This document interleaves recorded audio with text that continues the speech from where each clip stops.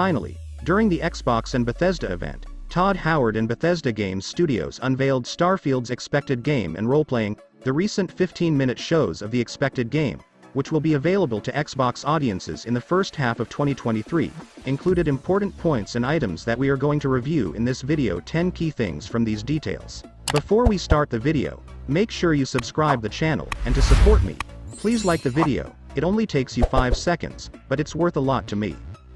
The story has always been an important part of Bethesda games. But what is the story in Starfield game about?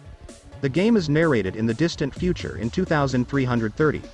Mankind has achieved great achievements in space and, of course, has colonized it extensively. Early in the game, the main character joins the Constellation Group.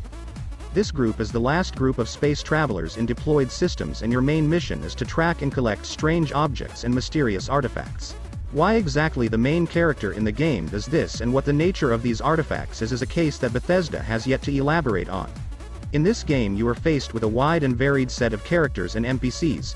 Like all Bethesda role-playing games, the game includes a number of different factions and groups with different unique history, motivations and goals.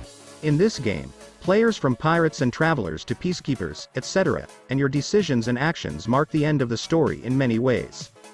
Bethesda has always been known for making massive role-playing titles, and this is clearly the case for Starfield. On the other hand, this game is about exploration in space, and its expanse is not a strange thing. But what is the extent of the magnitude of the game? You can explore more than 100 systems spanning more than 1,000 planets. That means you can go anywhere on those planets at any time and explore freely there. However, what we still don't know is how procedurally generated this game is, because with these numbers, it can be assumed that Starfield uses procedural production.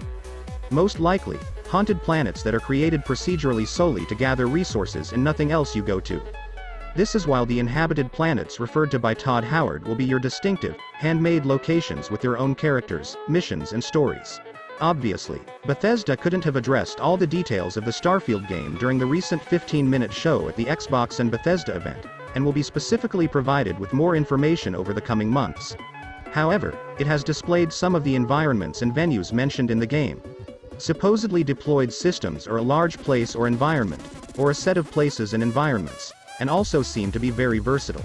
Among the environments shown so far in the game are the planet Crete, the dry moon of the planet Anselm, as well as the city of New Atlantis, which is the capital of the planet Jemison. The game's various locations also showcase a wide variety of environments, including lush planets with extraordinary vegetation and wildlife, as well as dry planets and cyberpunk towns with neon light. RPG mechanisms and character creation are items that have always existed in Bethesda's role-playing games, and these seem to have progressed at Starfield. Apparently the game has the deepest character creation tool in Bethesda games history, allowing you to control a wide range of different options including face, hair, eyes, gender, how to walk, skin color, body type and more. You can choose a foreground for the character when creating your own character. With a few options available, a unique fictional background and 3 separate new skills are presented. For example, a player can choose the background of the chef, diplomat, gangster, and more for his or her personality. You can also give the character optional features such as having alien DNA, empathy, introverting, and more, each of which has its own advantages and disadvantages. Specifically, Starfield is taking its role-playing division to a new level. The details of the progress so far outlined for the Starfield game are not nearly as deep as the details shared in some other parts, but we have a basic understanding of how those systems work. Level promotion allows players to unleash different skills, after which you will be tasked with ranking and upgrading those skills by making the most of them and performing specific challenges. Meanwhile, it can also be expected that there are certain crafting and customization systems that link the resource set together. Detailed review of environments seems to be a key part of Starfield's gameplay loop. Based on what we've seen so far from it, it appears to be one of several sections where there are signs of no man's sky.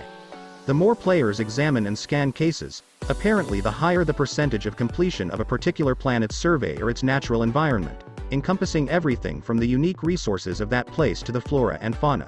Collecting resources is the item that resembles Starfield game as No Man's Sky. Collecting resources based on what was briefly shown in Starfield's recent gameplay show works similar to that made by Hello Games Studios. At the same time, resources will also be critical to progress in the game. Beyond unlocking a variety of skills, you will use resources to complete research projects that offer unique privileges and can also be used to free up a variety of weapons modes. In Starfield game, it is possible for players to build their base on different planets. In fact, this case seems to be an important part of the gaming experience. Bases will be your operational parts and are important not only for survival, but also for gathering more resources. But how does they work? The actual building looks like what you'd expect. Players have the freedom to choose where and how to build them. The interesting thing is that the characters you meet while playing can be assigned to outposts and bases to keep them active.